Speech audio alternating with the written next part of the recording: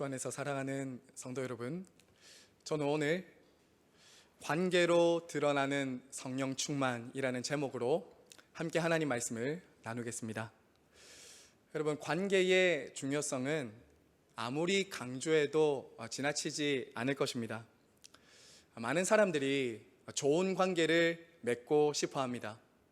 왜냐하면 관계가 좋지 않으면 행복할 수 없기 때문입니다. 제가 최근에 대한민국 직장인의 삶의 만족도를 조사하는 이 설문을 보았습니다. 전국에 있는 직장인들 1000명을 대상으로 이제 설문조사를 한 것이었는데요, 이런 질문이었습니다. 당신의 직장 생활에 만족도에 가장 큰 영향을 주는 것은 무엇입니까? 이 설문이었습니다. 1000명을 대상으로 이제 이 설문을 했는데 1위가 연봉일 것 같았는데요, 1위는 그것이 아니었습니다. 연봉은 오히려 19.7%로 3위였습니다. 2위는 근무 환경과 복지로 22.6%가 나왔어요. 자, 그럼 1위는 무엇인가? 27.8%나 되는 사람들이 직장 내의 인간관계라고 답을 했습니다. 인간관계. 물론 개인마다 조금씩 차이는 있을 수 있지만 많은 사람들이 직장에서의 행복도나 만족도에 있어서 관계를 그만큼 중요하게 생각하고 있다는 것이죠. 자, 여러분, 그런데 어디 직장인들에게만 관계가 중요하겠습니까? 우리 자녀들, 청소년들에게도 관계는 참 중요한 주제인 것 같아요. 제가 우리 교회 오기 전까지 청소년 사역을 하지 않았습니까? 대부분 청소년 우리 친구들이 저한테 상담하는 것 중에 대부분은 관계의 문제였습니다. 관계의 문제. 목사님, 저 친구가 저에게 상처 줬어요. 목사님, 저 친구가 저를 계속 괴롭혀요. 목사님, 저 최근에 손절 당했어요. 여기서 손절은 절교를 당했다는 겁니다. 이처럼 우리 자녀들, 청소년들에게도 이 관계의 문제는 굉장히 큰 고민거리와 관심사라는 거예요. 최근에 한 설문조사를 또 하나 보니까요, 청소년들, 학생들 중에 45.5%가 학업보다 친구 관계에 대해서 더 많은 고민이 된다라는 조사를 보기도 했었습니다. 자, 그런데 말입니다, 여러분. 아마 오늘날 대한민국 안에서 관계의 문제가 가장 많이 일어나는 곳은 두말할 나위 없이 가정일 것입니다. 가족 관계 안에서 가장 큰 관계의 문제들이 일어난다는 것이죠.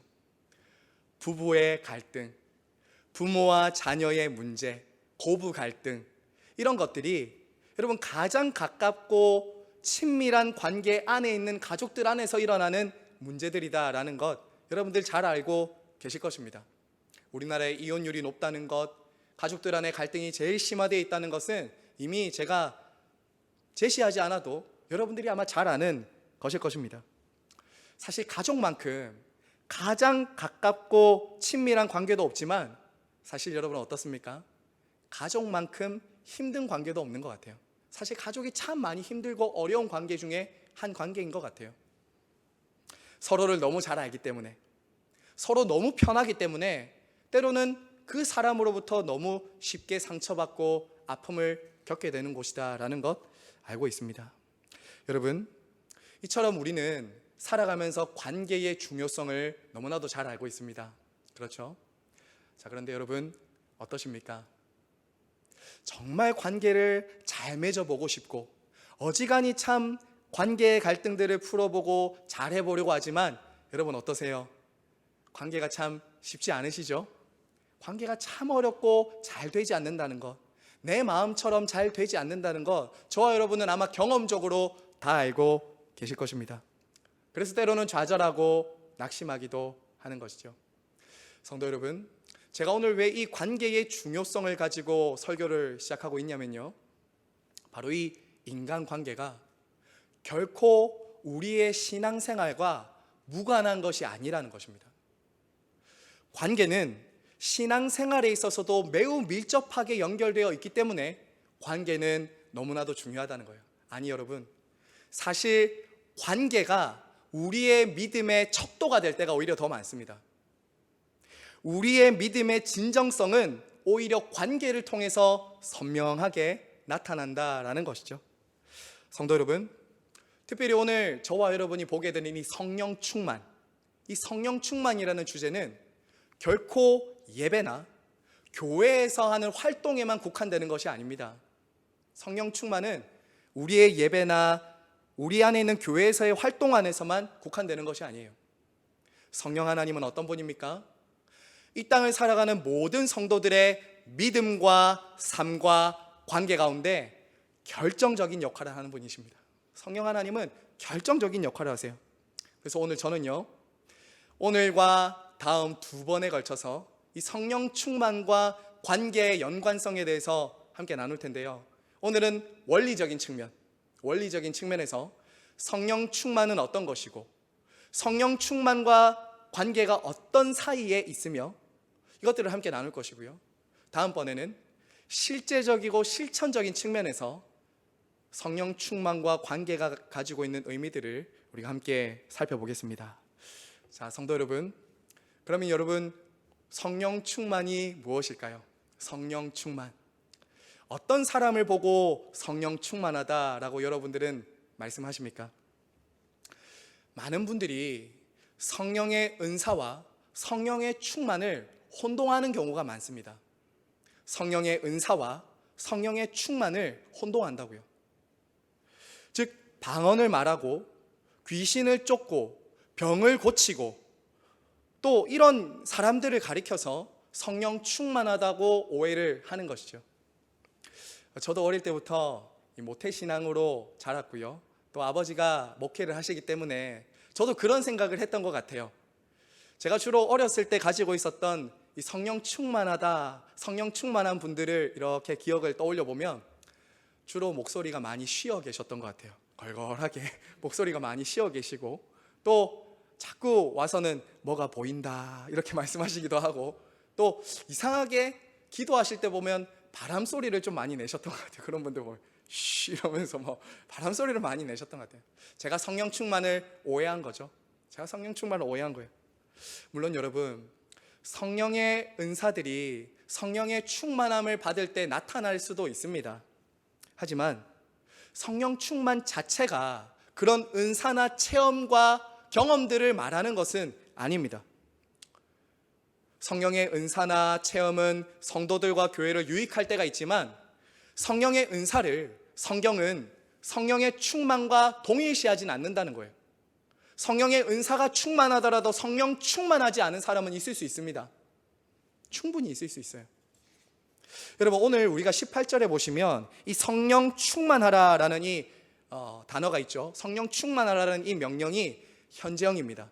현재형. 이것만 봐서도 성령 충만은 어떤 단회적인 체험이나 경험이 아니라는 걸 알 수 있습니다. 여러분, 이 성령 충만하라는 이 단어의 현재형이라는 뜻은 헬라어에서 현재형은 반복적이고 지속적인 상태를 가리킬 때 쓰는 단어입니다. 반복적이고 지속적인 상태요. 그러니까 성령 충만하다는 것은 어떤 단회적이거나 한 번에 뜨겁게 체험하는 은사나 경험이 아니라는 거예요. 여러분, 그리고 또 하나 성령 충만에 대한 오해가 있죠. 그것은 무엇이냐면 성령 충만은 말이야 어떤 특별한 사람만이, 어떤 신령한 사람만이 경험하는 거야 라는 오해입니다. 그렇죠. 목회자나 선교사님들, 교회를 열심히 봉사하는 어떤 사람들에게만 국한되는 것이 성령의 충만함이라고 생각해요. 그래서 나는 뭐 성령 충만 안 해도 괜찮겠지라고 신앙생활 하시는 분들이 계신데 절대 그렇지 않습니다. 여러분, 오늘 이 성령으로 충만하라는 이 명령형 동사가 현재형이면서 동시에 복수입니다. 오늘 보면 복수예요. 복수가 의미하는 것이 무엇입니까? 어떤 한 특별한 개인이나 한 사람만 성령 충만한 것이 아니라 예수님을 믿는 모든 사람들, 모든 진실한 성도들은 성령으로 충만하라는 명령과 약속을 함께 받고 있는 것이죠. 여러분, 그래서 요엘서에 보면 주님께서 마지막 때에 성령을 부어주시겠다라고 약속하시면서 무엇이라고 했습니까? 어린아이부터 노년에 이르기까지 모든 이들에게 성령의 충만함을 부어주시겠다라고 약속하셨잖아요.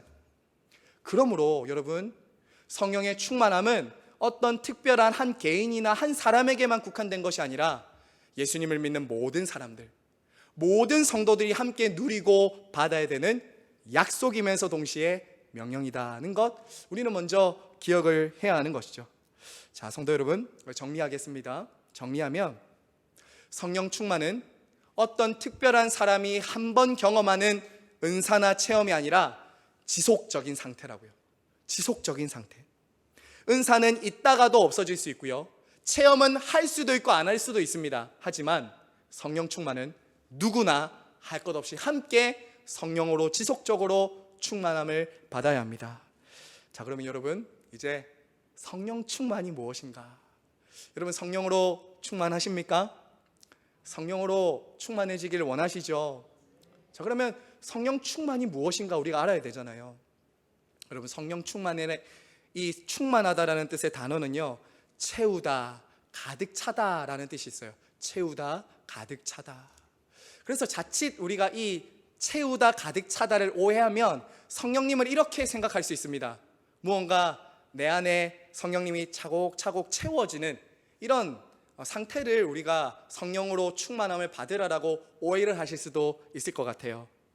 자, 여러분, 성령님은 우리 안에 어떻게 비어 계시거나 이렇게 차곡차곡 차오르는 분이 아니십니다. 성령님은 어떤 분입니까? 그분은 영이시고요, 하나님이십니다. 그분은 물질이 아니기 때문에 우리 안에 조금 계시다가 많이 계시고 그런 분이 아니십니다. 그분은 물질이 아니십니다. 여기서 충만하게 되라 하는 것은 은유적인 표현이에요. 은유적인 표현. 여러분, 이 충만하다라는 단어의 뜻에는 이런 뜻이 있습니다. 어떤 것에 마음이 완전히 사로잡힌 상태, 어떤 것에 마음이 완전히 사로잡힌 상태, 이게 충만하다라는 단어의 뜻입니다. 사랑하는 성도 여러분, 성령으로 충만한 것이 무엇입니까? 바로 이것입니다. 성령으로 충만하라는 것은 성령님에 의해서 나의 전 인격이 사로잡혀서 다스림을 받고 있는 것입니다. 성령님의 다스리심 안에 나의 전 인격이 사로잡혀서 그분으로부터 다스림을 받고 있는 상태가 바로 성령 충만입니다. 성령님께 저와 여러분의 생각과 감정과 의지와 말과 행동이 사로잡혀서 성령님의 통제하심 아래 다스림 받고 있는 것, 이것이 바로 성령의 충만함이다라는 것이죠.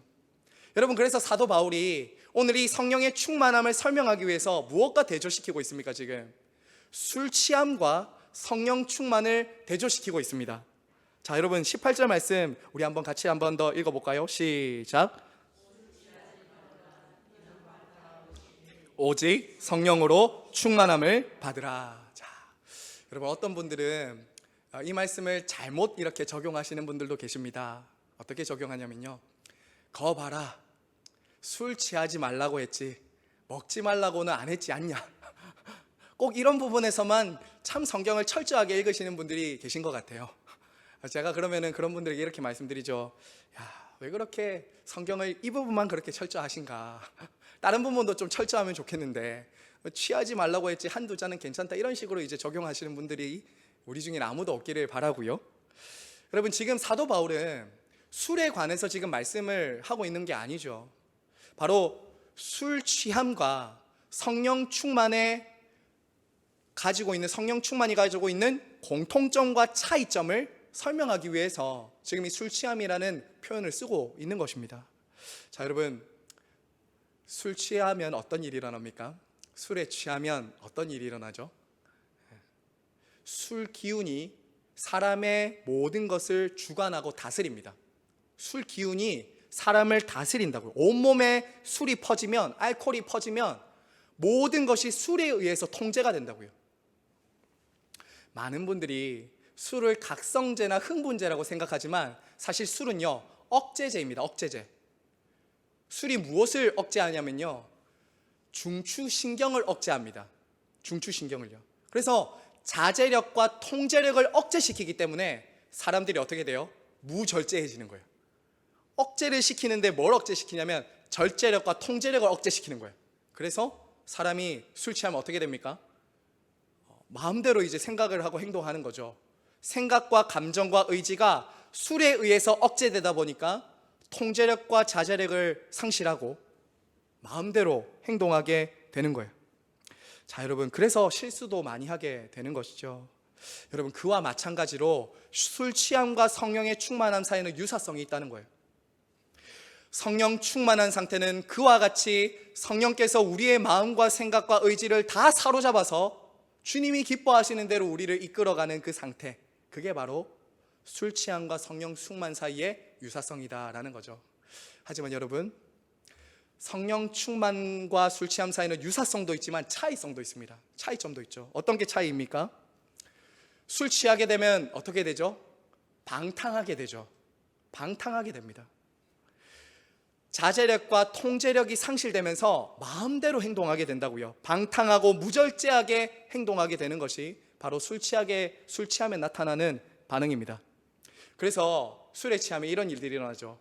고상하고 아름다운 인격 대신 본능적이고 육체적이고 본성적인 것이 우위를 점거합니다.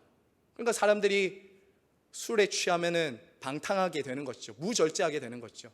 그래서 깨어나고 보니까 아이고, 내가 그런 실수를 했구나, 이렇게 사람들이 되는 것이 술 취하면 일어나게 되는 잘못된 반응이죠. 하지만 여러분, 성령 충만은 오히려 그러한 방탕한 생활을 하던 사람들을 절제시키죠. 자제시키죠. 통제하죠. 왜냐하면 성령으로 충만하면 지혜와 분별력이 생기기 때문입니다. 지혜와 분별력이 생겨요. 그래서 자아와 욕심대로 딱 살면서 살아가지 않도록 절제시키죠. 그래서 성령으로 충만할 때 우리는 이 세상을 따라가지 않고 육신의 소욕대로 살지 않고 성령님의 다스리심 안에 있게 된다는 것입니다.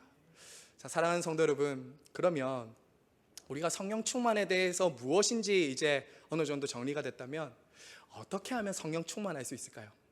우리 모두가 다 성령의 충만함을 받으라는 약속과 함께 명령으로 받고 있거든요. 성령으로 충만해도 되고 안 해도 되는 성도는 아무도 없습니다. 우리는 항상 성령 충만해야 됩니다. 그러면 성령으로 어떻게 충만할 수 있을까요? 한때 성령 충만 받기 위해서 우리 선배분들 중에는 이런 분들이 있었죠. 성령 충만하려면 기도원에 가서 나무 뿌리 하나씩은 흔들고 뽑고 내려와야지 성령에 충만하게 된다, 이렇게 이제 생각했던 분들도 계세요. 물론 기도도 열심히 해야 됩니다. 물론 기도도 열심히 하고 성령을 간절히 구해야 돼요. 하지만 우리가 여기서 오해하지 않아야 될 게 있습니다. 그것은 성령 충만은 우선적으로 우리의 노력이나 열심으로 받아낼 수 있는 건 아니라는 거예요. 이게 중요합니다. 성령 충만은 내가 주체가 되어서 내가 주도적으로 성령을 마치 부르고 충만케 할 수 있는 주도권을 내가 가진 것처럼 생각하시면 안 됩니다. 성령님은 우리에 의해서 조종되는 분이 아니세요. 성령님은 아주 자유롭게 주도적으로 주권적으로 역사하시는 분입니다. 자, 그러면 우리가 어떻게 성령 충만할 수 있을까? 제가 오늘 단어 설명을 하나 더 드리는데요, 여기서 성령으로 충만하라 라고 할 때 이 충만하라는 이 명령어가 굉장히 좀 독특합니다. 수동태 명령형이에요. 수동태 명령형. 이게 무슨 뜻이냐면 제가 직역을 한번 해볼게요. 이런 뜻입니다. 성령에 의해 너희가 충만히 체험을 받으라 라는 뜻이에요. 성령에 의해서 너희가 충만히 체험을 받으라 라는 뜻이에요. 우리가 적극적으로 하는 것이 아니라 수동태로 그분이 너희를 채우시게 하라는 거예요. 오히려 사랑하는 성도 여러분, 성령님은 우리를 항상 충만히 채우고 싶어 하세요. 지금도 우리를 온전히 소유하기를 원하신다고요. 우리의 전인격과 삶을 다스리시고 성령님은 우리의 삶을 모두 주도권을 가지고 우리를 충만케 하시고자 하신다고요. 사랑하는 여러분, 그래서 이 성령으로 충만하라는 이 명령은 이미 예수님을 믿는 저와 여러분 안에 성령님이 계시다는 복된 사실을 기초로 하고요, 그리고 우리를 날마다 끊임없이 충만하게 채우고자 싶어 하시는 성령님의 열심과 소원과 의지에 달린 것이라고요. 이게 중요한 거예요. 사랑하는 여러분, 하지만 성령 하나님은 어떤 분이십니까? 참 인격적인 분이세요. 그분은 정말 인격적인 분이십니다. 무언가를 강압적으로 의도적으로 누군가를 억지로 강제시켜서 성령 충만하게 하시는 분이 아니십니다. 그럼 여러분, 우리가 지금 성령 충만하려면 어떻게 해야 될까요? 바로 성령님이 우리를 이끌어 가실 때, 우리를 충만하게 하시고자 하실 때 거스르지 않고 순종하는 것입니다. 성령님이 우리를 이끌어 가시고 충만케 하시고자 하실 때 그분의 말씀과 뜻에 딱 순종하며 성령으로 충만해진다는 것이죠. 그래서 여러분, 사도 바울은요, 에베소서 4장 30절 한 장 앞에 보시면 우리 이렇게 말하고 있죠. 우리 4장 30절 같이 한번 읽어볼까요? 성경 한 장 넘기셔서 4장 30절입니다. 시작. 하나님의 성령을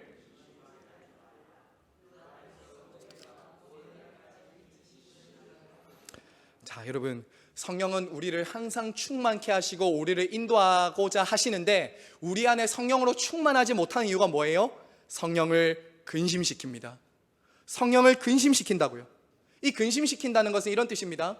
성령은 지금도 우리를 충만케 하시고 다스리시고 인도하고 계신데 그분의 말씀과 인도하심에 불순종하는 거예요. 우리가 그분의 말씀에 내 자아와 욕심대로 행동하는 거예요. 성령님을 인정하지 않는 것이죠. 그럴 때 성령 하나님은 인격이시기 때문에 슬퍼하고 근심한다라는 것입니다. 주 안에서 사랑하는 성도 여러분, 그러므로 저와 여러분이 성령 충만해지기 위해서는 어떻게 해야 된다고요? 열심히 기도도 해야 되지만 무엇보다 중요한 것은 이미 우리 안에 계시고 우리를 충만케 하시고자 하시는 성령님의 음성과 뜻에 순종하는 것입니다. 순종하는 거예요. 우리의 전 인격과 삶의 모든 영역을 성령님의 영향력 아래 두는 거예요. 모든 삶의 영역과 내 모든 전 인격을 성령님의 통제하심 아래 두어야 하는 것이에요.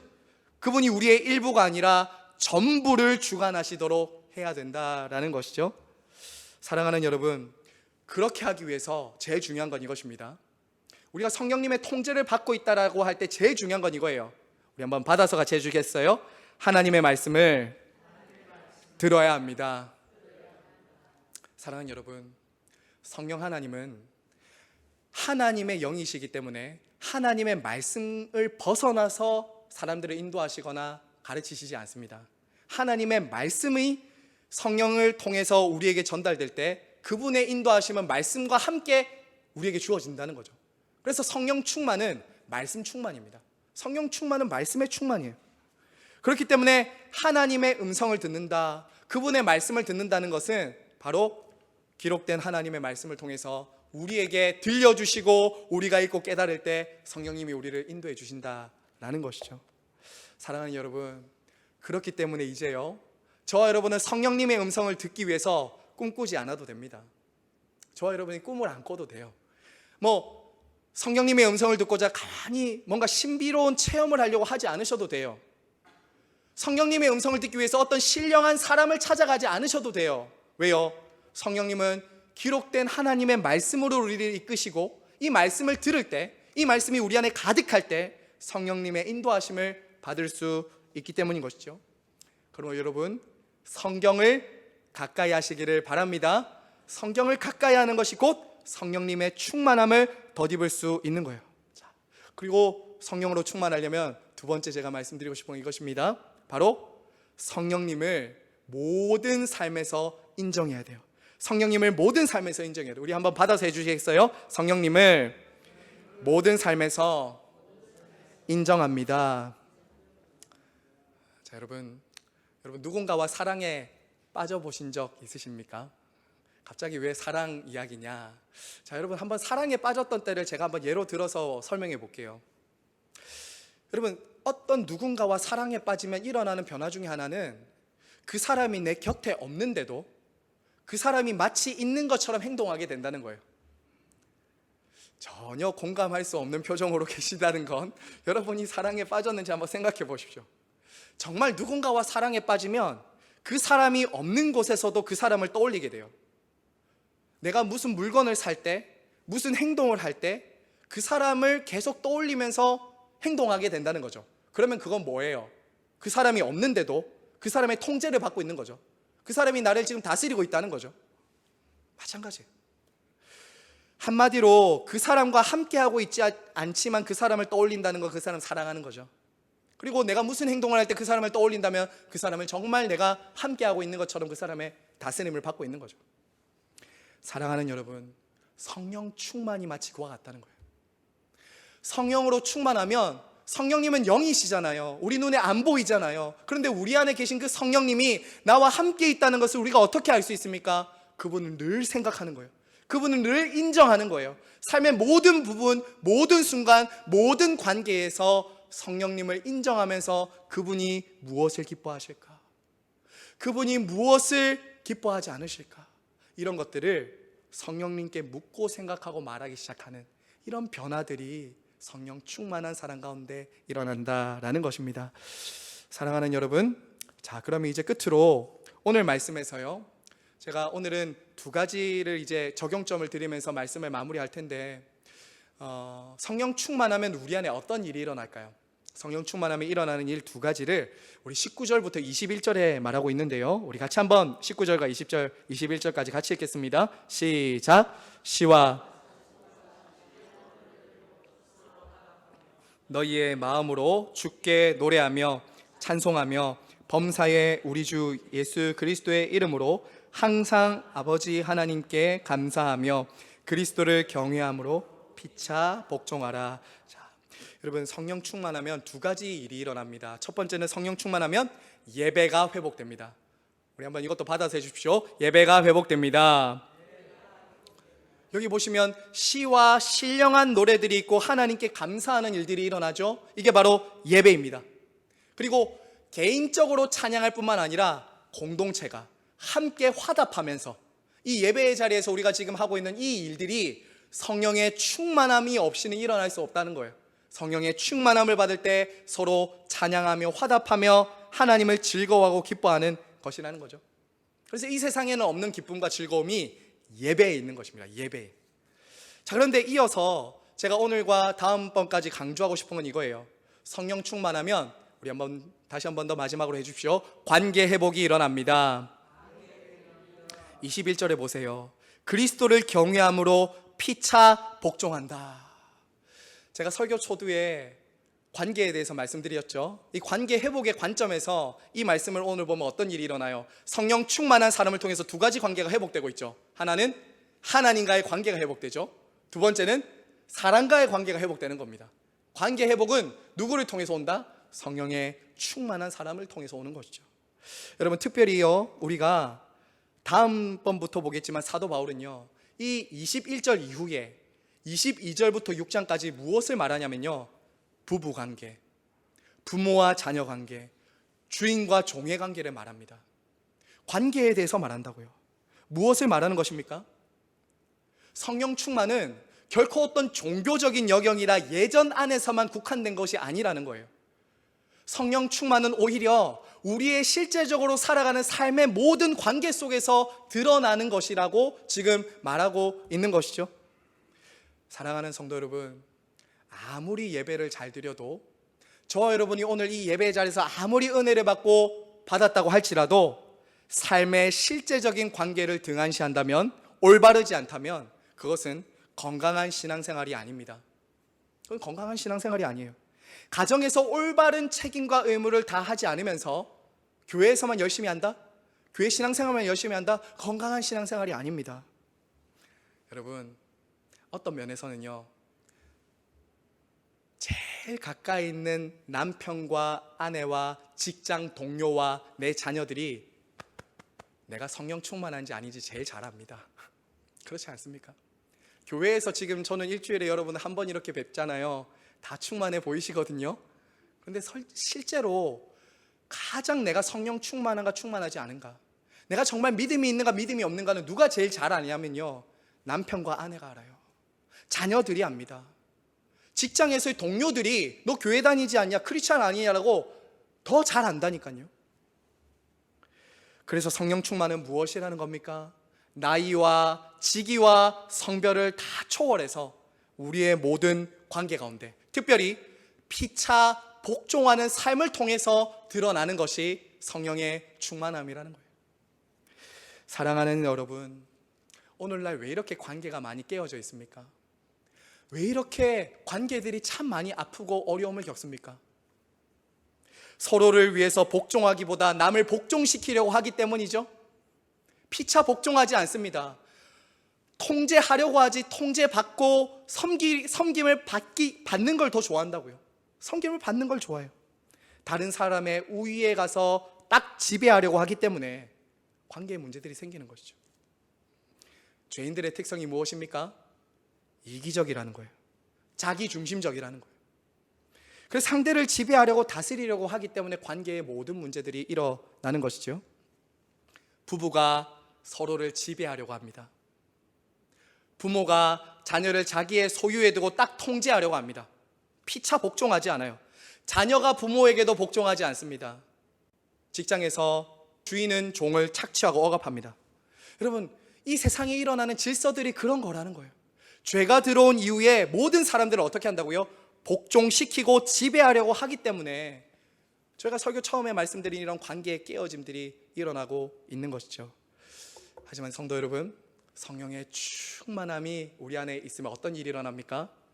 이 세상과 다른 질서와 윤리가 생기죠. 상호 복종하고 피차 섬기고 사랑하는 일이 성령 충만할 사람을 통해서 일어나게 된다는 거예요. 남을 지배하고 통제하고 다스리는 것이 아니라 어떻게 된다고요? 기꺼이 다른 사람의 종이 되는 것, 기꺼이 낮아져서 저 사람을 복되게 하는 일, 이 일이 성령의 충만함이 우리 안에 만들어내는 변화다라는 것입니다. 사랑하는 여러분, 이거 복종이라는 단어가 조금 강하게 느껴져서 여러분이 조금 거부감이 있을 수도 있는데, 여러분, 이 복종이라는 말에 그 앞에 있는 것이 너무 중요합니다. 누구를 경외함으로 복종하라고 하죠? 그리스도죠.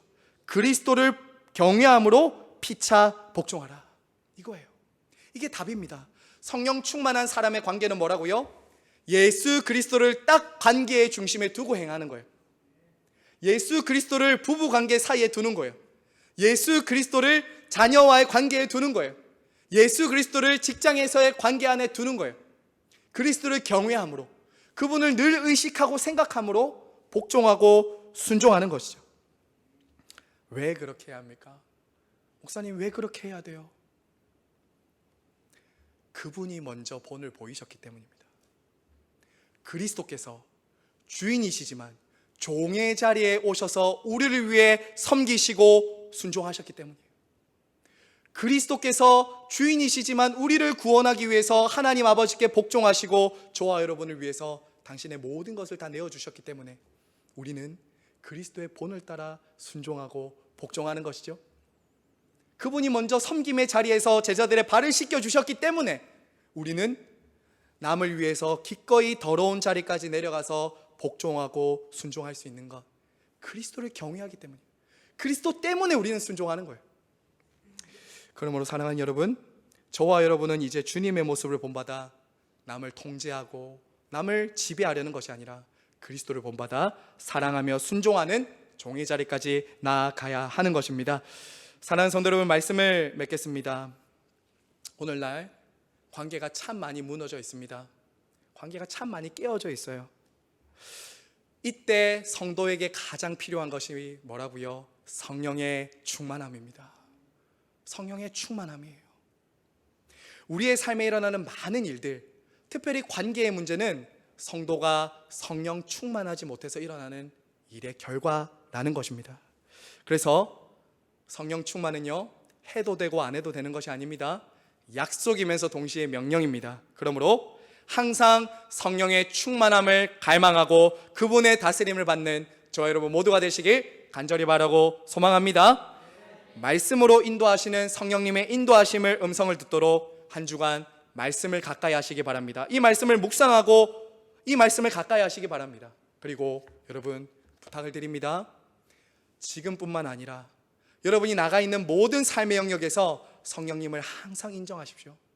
여러분을 항상 충만케 하시고자 하는 그 성령님을 근심시키지 마십시오. 지금도 말씀을 통해 인도하고 계신 그 성령님께, 네 주님, 성령님의 음성이 맞다면 오라 하고 순종하며 나아갈 때 저와 여러분의 한 주간의 삶이 성령님과 동행하며 성령님의 다스리심 안에 있는 성령 충만한 한 주가 될 줄로 믿습니다. 이 시간 함께 찬양하고 기도하겠습니다.